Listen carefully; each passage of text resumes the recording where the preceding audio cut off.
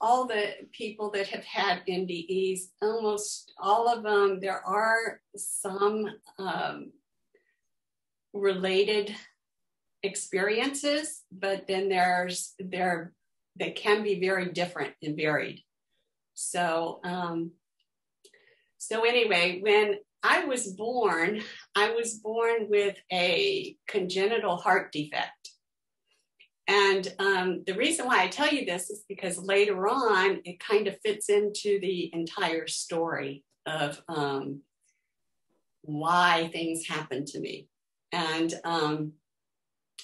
I, as a matter of fact, I was a blue baby.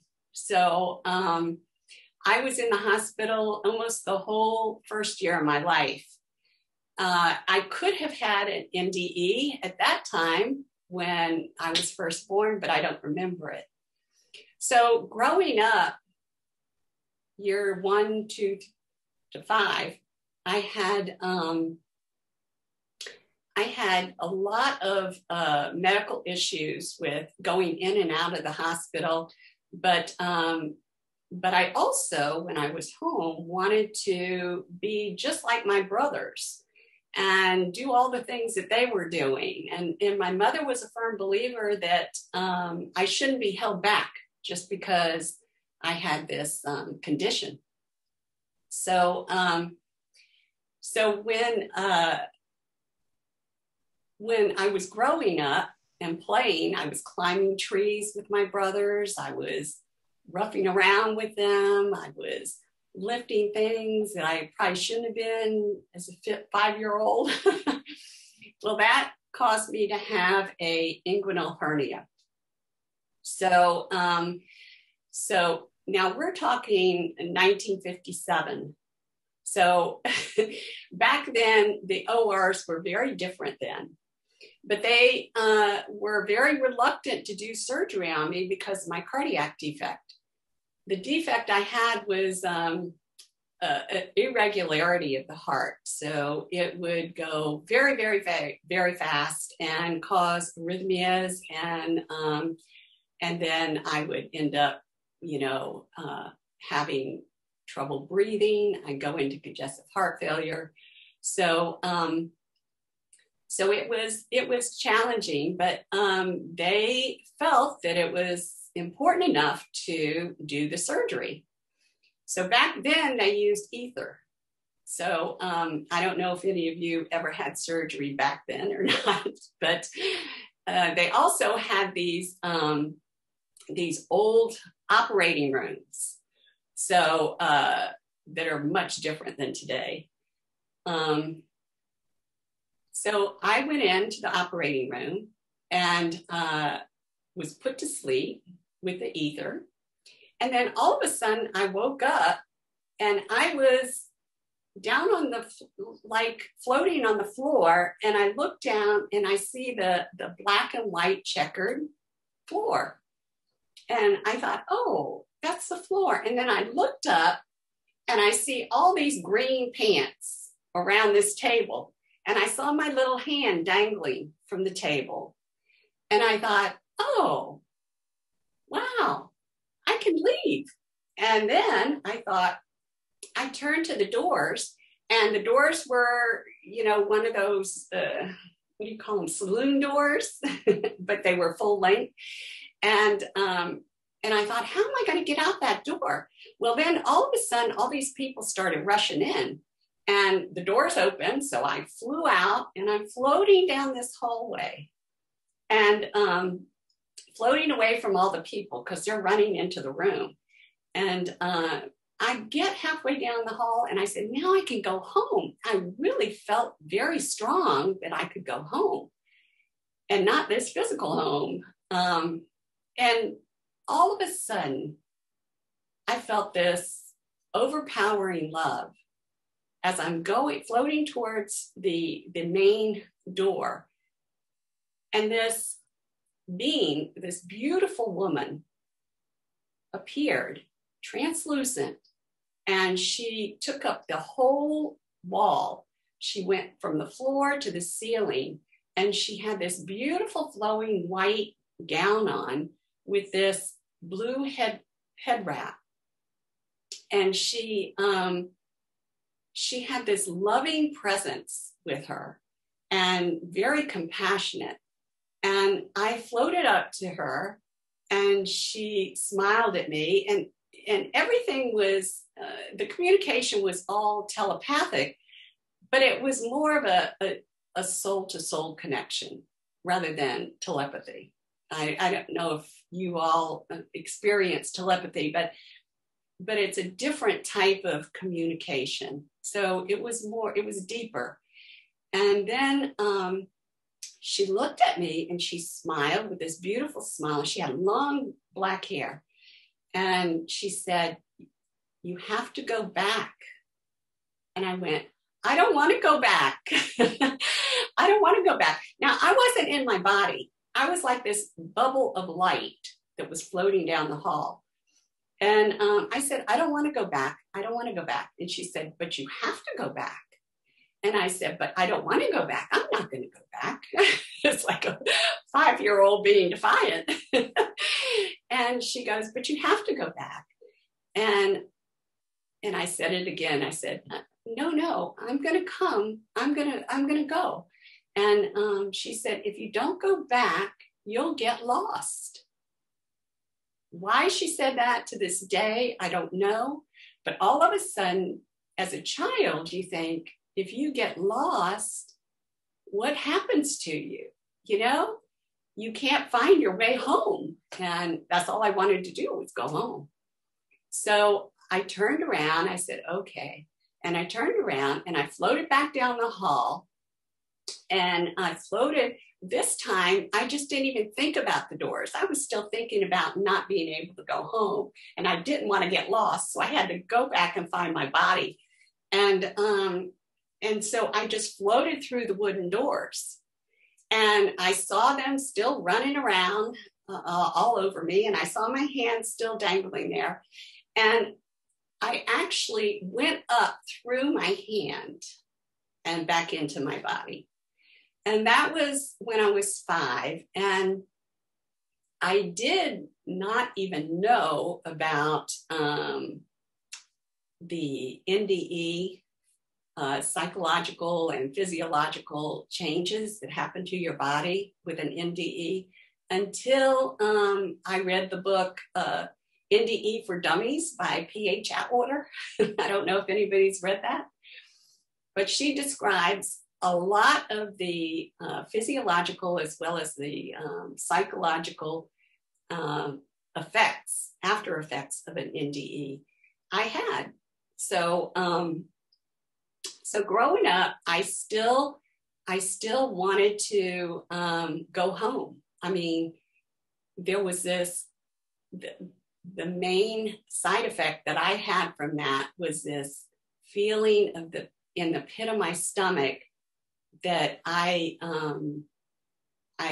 felt empty because I wasn't home. And I had this sickness of homecoming sickness that I just couldn't get rid of. And then also in class, like sitting down in class, I would see orbs flying all around. I was very distracted, needless to say. And I'd wake up in the middle of the night and see things. So, my mother ended up getting used to not just me, but later on down the road when she had a couple of more kids, they also were very, not only telepathic, but they were able to see. They had the gift of sight. So anyway, when I was about 8 years old, I was laying in my bed, and, my bedroom kind of faced the hallway. So there was like a little circle in the hallway, and 3 bedrooms were set up. So I could see my parents' room, I could see my brother's room, and all of a sudden I see this beam of light coming down. It's almost like a bulbulous spirit with a whisper of a tail. And the face was on the bulbulous part, the outline of the face. And I saw this being fly back, and I realized it was my brother. And I saw him fly back into his body. And as soon as I saw that, instantly, I totally remembered my entire incarnation. And there were parts of it I don't remember, but what I remembered is I was in this circle of light beings. There were 8 of us, and we all looked like that. The bulbulous round head, and then a whisper of a tail, and like you're only talking about this big, and then kind of a facial outline. And I was in this circle of 8 of us, and another being, and it was pitch black around us. It was like, but it was very comfortable and loving. And this another being came in to our circle, and we all felt like this being was doing his job, you know? And they said, it wasn't a he or she, they said, somebody from this circle has got to go down to Earth to do, and that's what I can't remember. I didn't have the memory of that. And you know, like when you don't want to do something, you kind of like, you know, put your head down. You know, when somebody wants you to do something, you put your head down, or you look away, or you get distracted somewhere so they get their vision away from you. Well, none of us, not one of us 8 beings wanted to go down. And so what happened was they said, I'm sorry, but somebody from this circle has got to go down. And so again, when you don't want to go, but nobody else is going to go, you end up volunteering, right? So I said, well, I guess I'll go, but I don't want to go alone. And 2 beings down from me said, I'll go with you. And I said, okay. I was zoomed out of the circle with another being that flew. So the 2 of us were outside of the circle of beings. And in that time, I got my entire, well, first I was asked what sex I wanted to be, what race I wanted to be. And I kept changing my mind, and for different reasons. And every time I changed my mind, my parents would change, my geographical area would change. So finally, they said, okay, if this is what you want. And then there was a couple of other things that I asked for that I wanted, which I ended up getting. But then they said that, okay, now we're going to show you a pre-life review. And I actually saw my life as it is today in bits and pieces, just like you would have a past life review. But this was a pre-life review. So, and I saw many times that I'd end up being sick in the hospital, having surgery, having accidents, having injuries. And so, you know, since all this happened, I'm kind of used to it. So it was like, or I knew it was going to come sooner or later. So I was prepared for it. Anyway, there was many times there was a break in the path, and they said, you can go this way or you can go this way. And you'll have the choice to go either way you want. Regardless, the outcome is going to be the same, but you might take the hard route or you might take the shorter, easy route. So, so those were decisions I was going to have to make at certain times in my life. And then it's almost like going through life now, when you actually remember something or know something's getting ready to happen, is you may have had it as a deja vu, you know, but I actually believe that you're remembering some of the pre-life review and you've already seen it. So yeah, you are familiar with it and you do get it.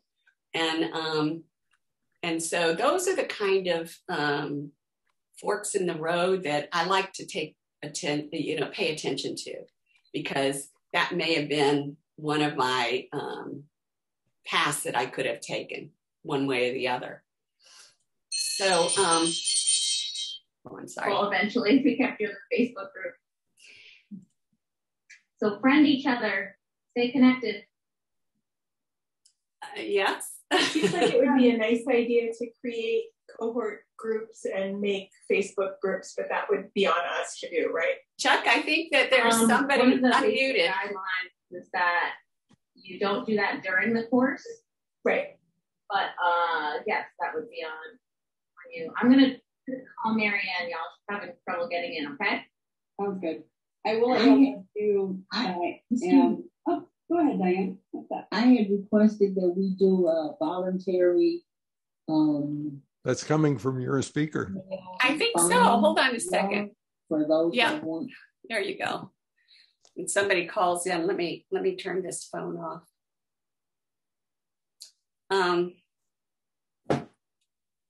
Sorry about that. So anyway, deja vu.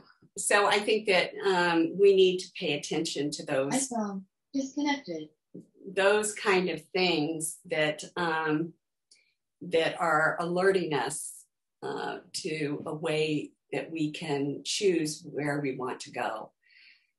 And so, so after that, I was even more homesick, but I knew that my brother that I saw fly back to his body was the being that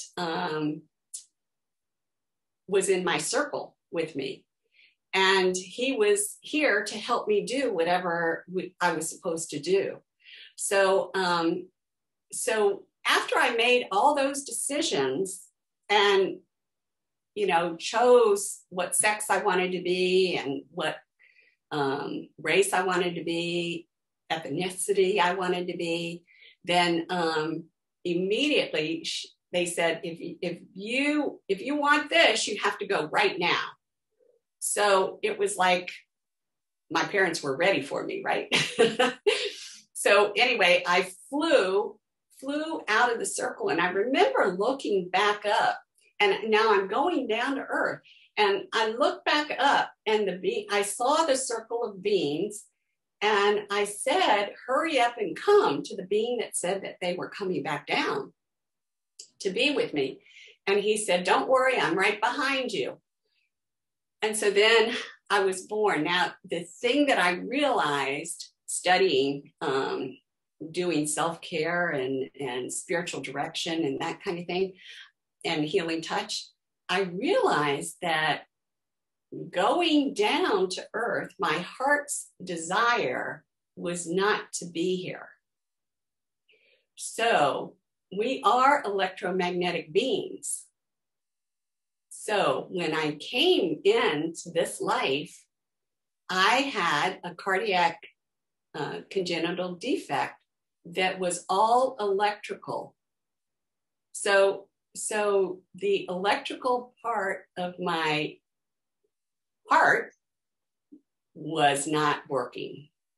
So so I think that I really needed to take a look at that when I was doing all the studying and and going through Healing Touch. And then I had to make a firm commitment because that I was going to stay here and do what I was supposed to do.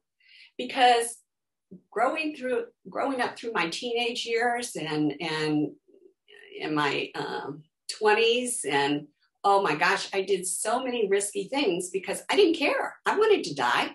You know, I was going to have fun.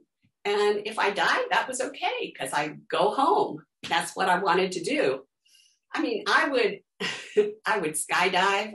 I would scuba dive. I used to scuba dive with filming sharks, hitting shark. You know, we were with the little scooter and we were going down to some of the wrecks that had, you know, that the sharks were living, you know, and we scoot around with our scooter and film. And so we took films of it all, but, and dive in caves. I mean, I did some really risky things, plus risky things traveling overseas. So, so I realized that, you know, no, I got to stop doing all this stuff and actually be present here and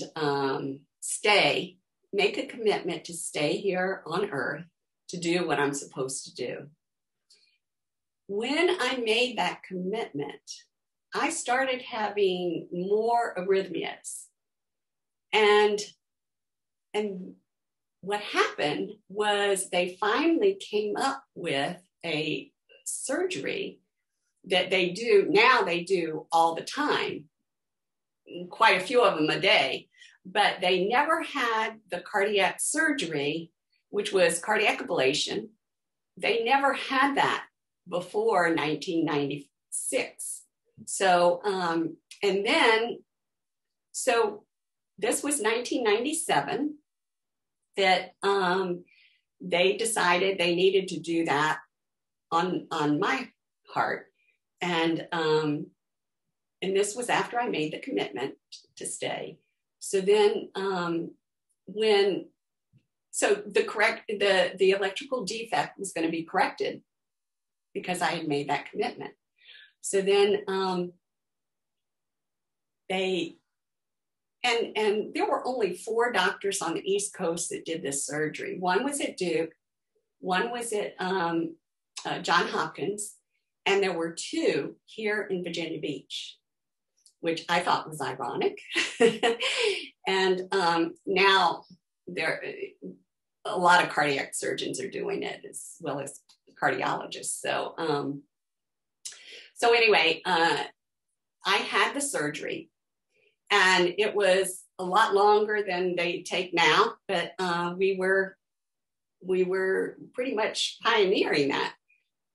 And because they put a catheter in your femoral artery, and so because it was there for so long that during the surgery, when they pulled it out, it ended up causing a deep vein thrombosis, a blood clot in my leg. And so, and the other thing is the cardiac surgeon said that when they go in, there's a risk that they don't find where the activation site is, and they may have to go what they call transeptal. So they go through the septum of the heart, and if they do that and you start bleeding, then they have to open you up and do open heart surgery. But coincidentally, I had a hole in my heart in between the septum. So they were able to thread the catheter to the other side of the heart very easily. And then he checked to make sure, because usually that closes up when you're an infant, but mine did not close up completely. So that could have also been a reason why I was a blue baby. But regardless, it worked its function. And So then after 3 days after, well, actually they knew that I had a blood clot the next morning. And so they just watched me for 3 days. And then after 3 days, they put me back in the hospital and decided to do heparin and put me on Coumadin, discharge me on Coumadin. So they did that. And that was in February, the first part of February in 1997. And so being a nurse, you know, you go back to work and you take your Coumadin and, you know, you continue on and move forward and you don't think about it anymore, you know? And then I noticed my belly starting to get, you know, a little larger, you know, my pants weren't fitting quite right. And I kept thinking, oh my gosh, I need to start losing some weight, you know?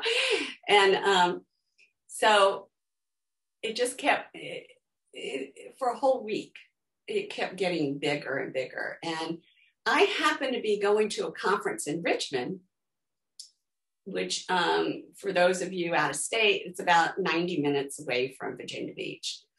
And we were having a conference. It was an all-day conference.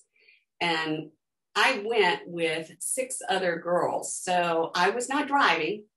So we got to the conference and it was an energy conference. So you were able to get some work being done. But at the end of the day, my abdomen was so killing me.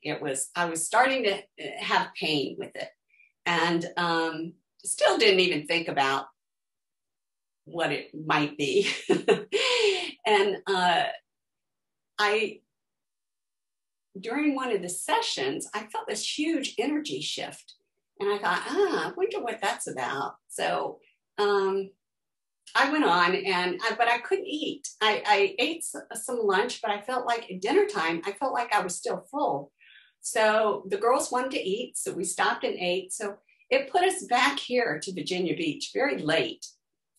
It was probably about 11:30 before I finally got home, but I could not wait to get home. I was in so much pain now with my abdomen. And my daughter got off work and she came in, and now it's about 12 o'clock. And she says, I have to go make an appearance at this party because we were taking one of the girls out to, going over to their house and celebrating her birthday. And I will come right back. I'll be right back. And she says, I'll just make an appearance and leave. I said, well, if you're going to do that, can you stop at Walmart and pick me up a Fleet's Enema? Still not thinking, maybe I'm constipated or something. My abdomen was in a lot of pain. After she left, I could barely even move around. And so she came back like in 30 minutes, and she tells this story too. Here I'm in Walmart at 1 o'clock in the morning buying a Fleet's Enema and Correctol. It was quite comical. We laugh about that now. But she came back. By the time she came back, it was about 12:30. I was going in and out of consciousness. And so she goes, oh, this is not right. I'm calling the doctor. So she called the doctor. As soon as she gets on the phone with the doctor, I realized, oh my gosh, I'm probably bleeding internally. And, and it didn't, and I've probably been bleeding all week, and it's slowly but surely, but I'm still taking the Coumadin. So it was really, really significant bleed. And so he says, get her to the nearest hospital. And so she called 911. 911 came, and when they got there, there were 2 young, I don't think that they were EMTs yet. They were, they weren't paramedics yet. They were probably EMTs that were just starting out. And so the guy called them on the radio and said, my ETA is only 5 minutes. Do you want me to come? And I felt the inside of me said, yes, tell him to come. But you could tell he wanted to do things himself. So he says, no, I've got it under control. So my headboard and footboard were very high, I could not get over them. You know how some people can slide down the end of the bed and go over your footboard. I couldn't. It is very high. And the window next to my bed was very close. So he could only put the stretcher in there, and he couldn't be there. It just had to be the stretcher. You couldn't go around it. And on the other side was a dresser that only, a person could walk through. So he kept trying to pull me down to the end of the bed. And every time he sat me up, I'd pass out. So I kept telling him, I said, no, you can't do this. My daughter came in and she said, this isn't right. You're not going to be able to get her over there. And I'm thinking, there's no way he can lift me up and put me on the stretcher. Well, what happened was he pulled me one time, and I went down. Immediately when I came to, I knew the next time I was going to die. I knew it. It was like, this is time. It's time. And I was ready. I was ready. I looked at my daughter and I told her I loved her. And then I said, take me, God, I'm yours. As soon as I did, instantly, I was in the light. I was in this beautiful mist, like you're going through a cloud. And I'm floating through this mist that felt unconditional love, this bliss of no more pain, no more worrying, there was nothing. There was just this beautiful white mist. And it's a white that you can't explain. And I thought to myself, I wish this mist would clear up, because I'm just going through this mist. It was like a cloud. And all of a sudden it was crystal clear and beautiful. And I was in this sea of just this white light. I was part of the light. And I knew, I didn't see anybody, but I knew that there were angels there. There was, my mom and dad were there. Some of my cousins that had passed over were there.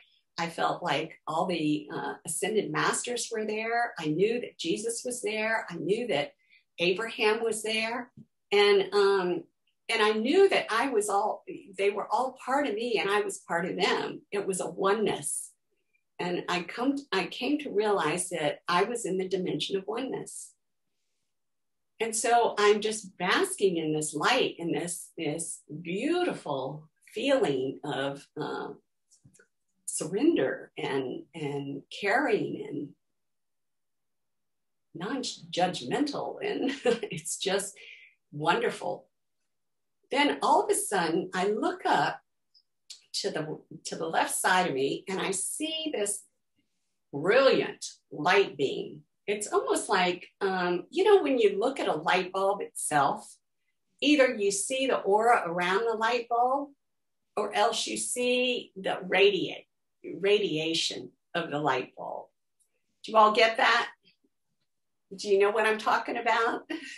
Well, there was this light beam that had this radiation that came out from it, just beautiful rays, white, just powerful rays.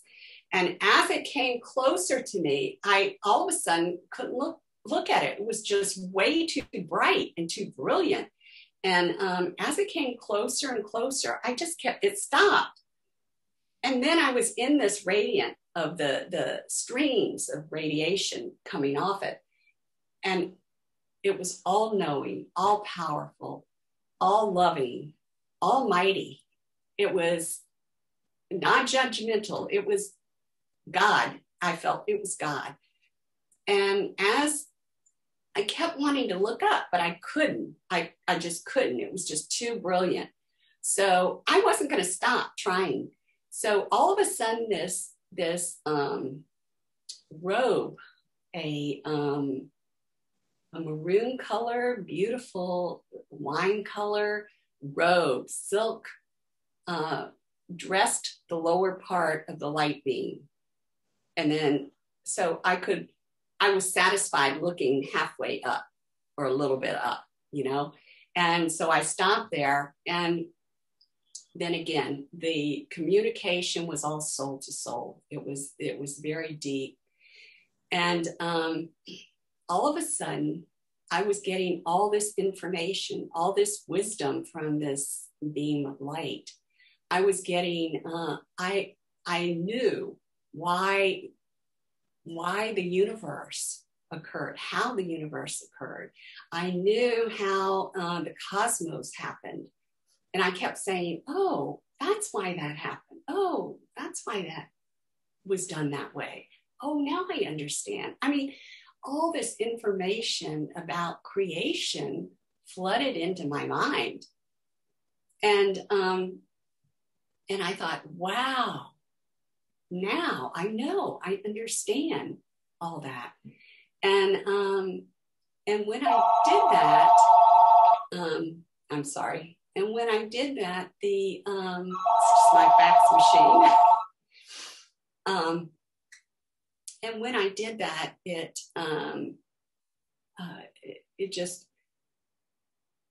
felt so normal to know that. And all that wisdom was shared. And then the light being said, I would like you to go back and do this certain thing. And my first instinct was, oh my, I want to please this God. I want to please God. Of course I'll go back. Of course I'll go back and do it. And I mean, there wasn't even a thought about not going back. It was like, I just wanted to please God. And so I was told, you can stay here and take a rest and go back in a different incarnation, or you can go back now. And I said, I don't want to do this all over again. I'll go back now. So then the beam of light started moving away, back out. And as it did, then I could look up. And for one split second, I thought to myself, am I going to be able to do that? And I asked, am I going to be able to do that? I never got an answer. It just kept on moving out, like trust. And so then I was back into this light, this oneness of light. And I thought of a tree. And every time I had a thought, I became that. So I became the tree. I was the tree. I was in the core of the tree. I felt the water coming up my roots into my trunk and out into my leaves. I felt the bark of the tree. I felt the wind in my leaves. I felt the happiness I felt communicating with other trees. I felt through my roots. I felt the bark that was on the tree. It was almost like feeling the skin. And then I thought, wow. But the most important thing I felt being the tree was that the tree has emotion. And that just struck me like, wow. I mean, you hear about plants and trees. They get better when you talk happy to them, positive thoughts, work with them. But to really experience the emotion of that tree was mind-boggling for me. And So then I was no longer the tree. I was back in the light. So I thought, wow, this is neat. I thought of a dog. I became the dog. I was the dog. And I felt how happy and unconditional love dogs have. And it was just a wonderful feeling, and how really excited they get. I mean, like if they could jump up and do somersaults when you come to pet them, that's how they would feel, and with excitement. So then I stopped thinking about the dog, and I was back in the light again. And so it was like that dimension of oneness gave me the oneness with everything I thought of. So then I thought of water. I became water. I was this one tiny little molecule in this vast ocean of water. And I was floating back and forth, and I felt how it felt, this one tiny little molecule, how it felt to move, how it felt when the current goes and your flow, and you're just flowing. And it was so neat feeling. And then I thought to myself, wow, I'm just this tiny little speck in this big, vast ocean. And so we're just one tiny little speck in this whole cosmos. It's like, wow. And so then I came out of that. I was back in the light. And then I thought, you know what? I want to feel the light. I want to feel how this light feels. All of a sudden, this surge of energy ran from my right to my left side. And of course, I'm just a bubble and part of this light, actually. And it just surged through me. And I thought, oh my gosh, this feels so good. I could stay here.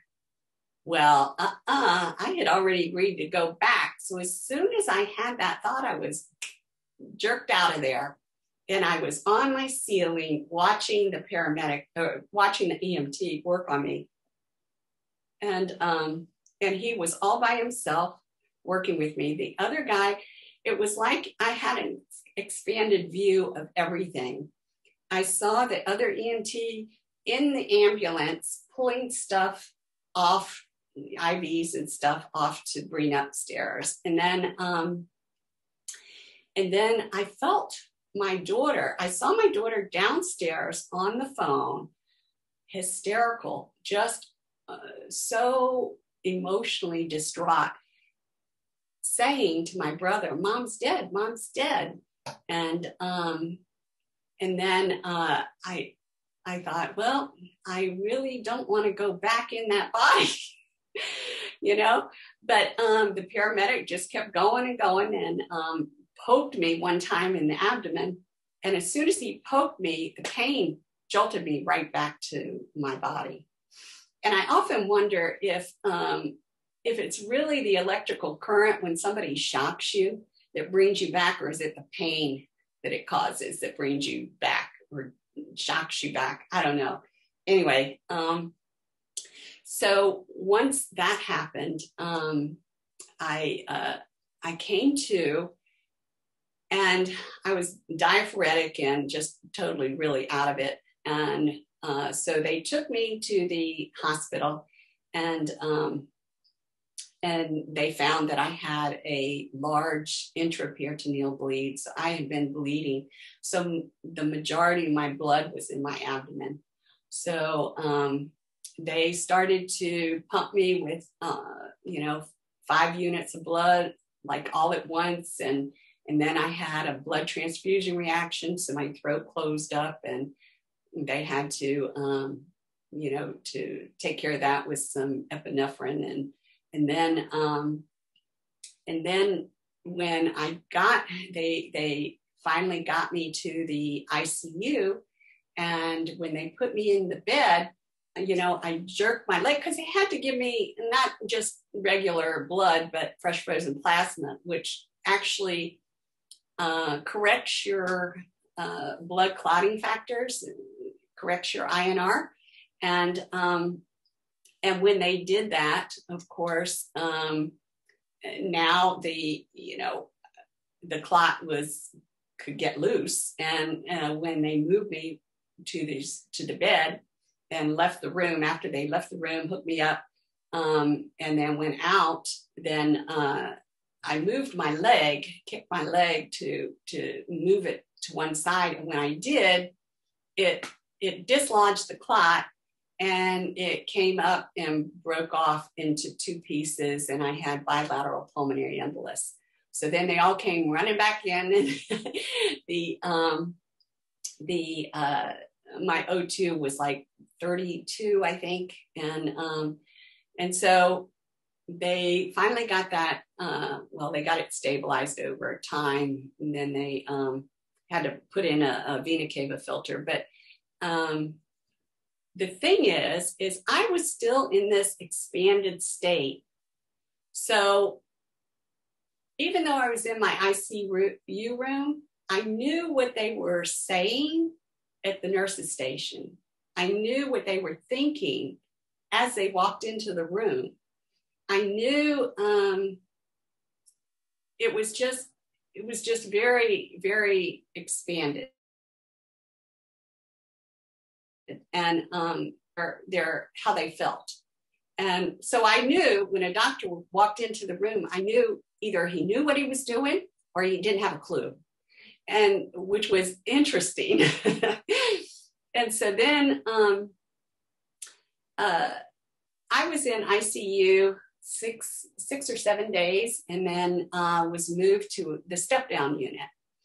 And when they moved me to the step-down unit, I still was getting a lot of information, but I ended up having because of the bilateral pulmonary embolus, I had pleural effusions. So they wanted to keep me in the step-down unit. So I was probably there about a week. And there was and I always kept my door closed because they were private rooms.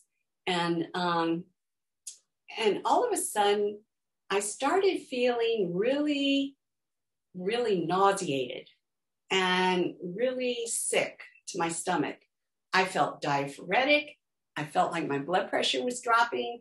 I felt just really sick, but I knew it wasn't me. And it was pretty quiet on the floor where I was. I mean, I didn't hear anything. And then that probably lasted for a good 40 minutes. And then all of a sudden, this yellow beam of light came into my room from the wall. And I knew right then that somebody had just passed over. And I was picking up their feelings. And so I said, just move towards the light. And so the beam went out and I felt fine. I was just all of a sudden fine. And so then the nurse didn't come in for quite a while, but when she did come in, they knew I was a nurse and they knew I had worked over there at one time. So they knew me. And so she said, I said, did somebody just arrest on this floor?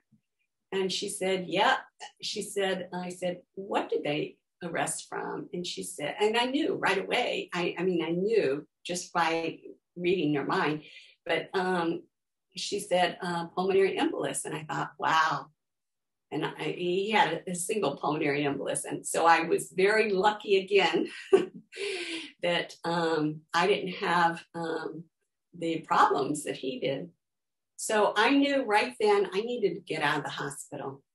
So as soon as my doctor came back the next day, I said, listen, I'm a nurse. I've got to get out of this hospital. I have to sign myself out AMA or else you need to discharge me. I said, I'll take care of myself. But I was picking up way too much in the hospital that I didn't need to have for my healing. So I said, I promise I'll come back if something happens this time. So he said, okay. And I went home, and so over time, there was a time where I was trying to analyze everything that transpired, because it was just, kind of mind-boggling for me. And I didn't want to read any books on NDE. I didn't, because it was all new. It was all new to me, and there weren't a whole lot of books out anyway. And I didn't want to taint my own experience with what somebody else was saying. So I just kept it to myself, and I didn't share my NDE with anybody except for my family and my daughter. And then I just happened to be called to teach a healing touch class one weekend in Washington. So, and usually I didn't say anything about my NDE, but during my introduction, I just felt like I needed to say it. And I told them that I had an NDE, and this is what helped change it, was going through the training with Healing Touch, actually. And I didn't go into detail. I just stated that. Well, on break, this person comes up to me and she says, well, have you ever heard of International Association of Near Death Studies? And I said, no. And she said, well, there is an organization, and it was Diane Corian that was taking my class. And so she said, do you mind if you told me about your experience during lunch? And I said, no, that's fine. Well, the whole class then wanted to hear it. So that was really the first time and it was a shorter version. It was a short version.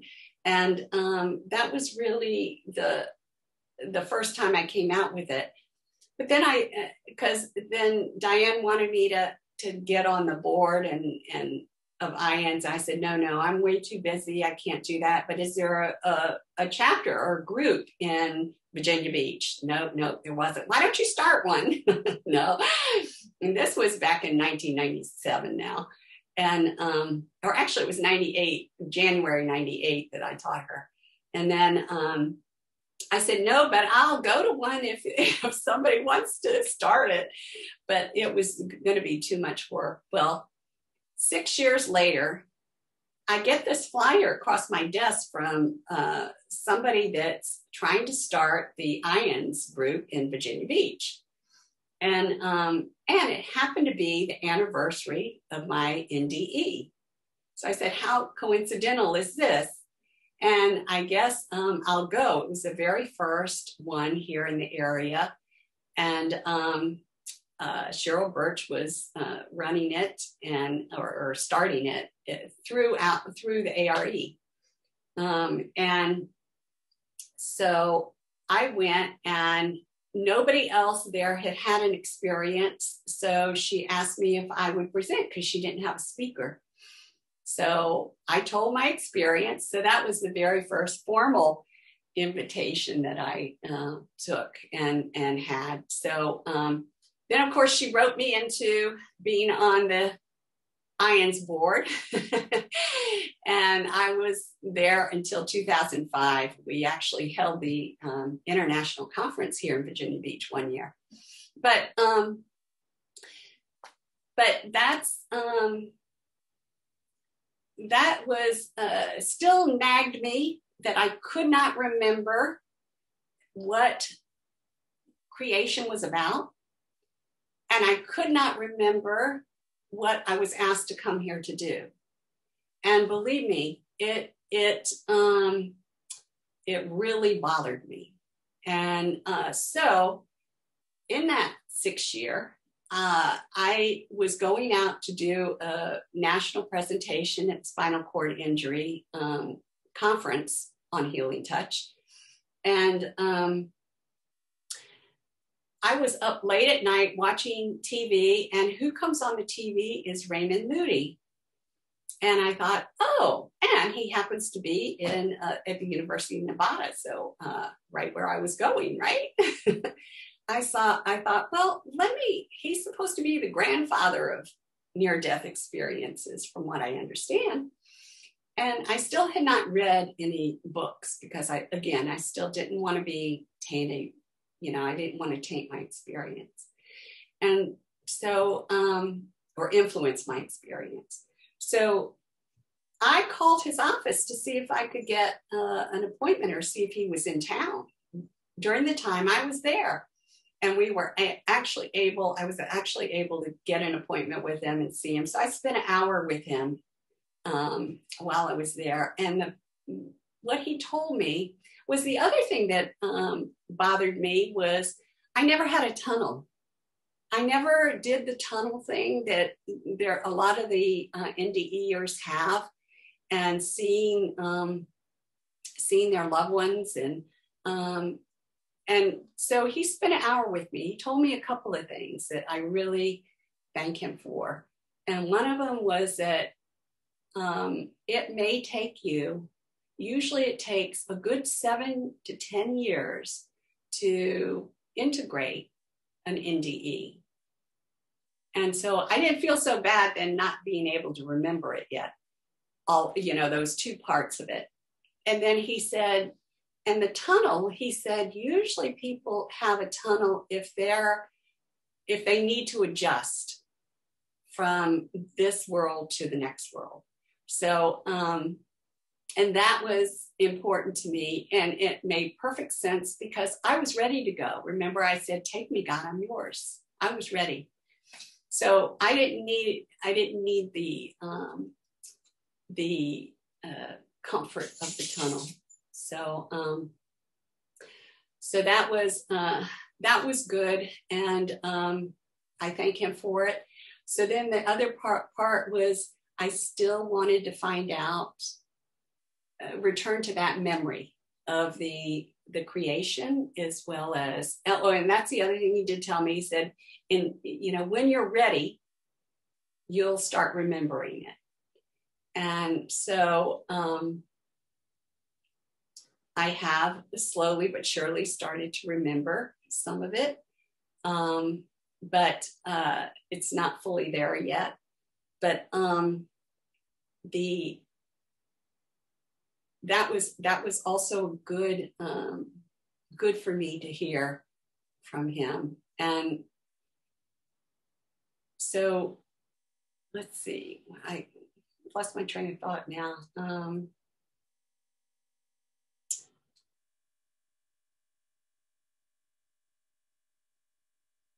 Okay, so anyway, so I still wanted to try to remember those two sections.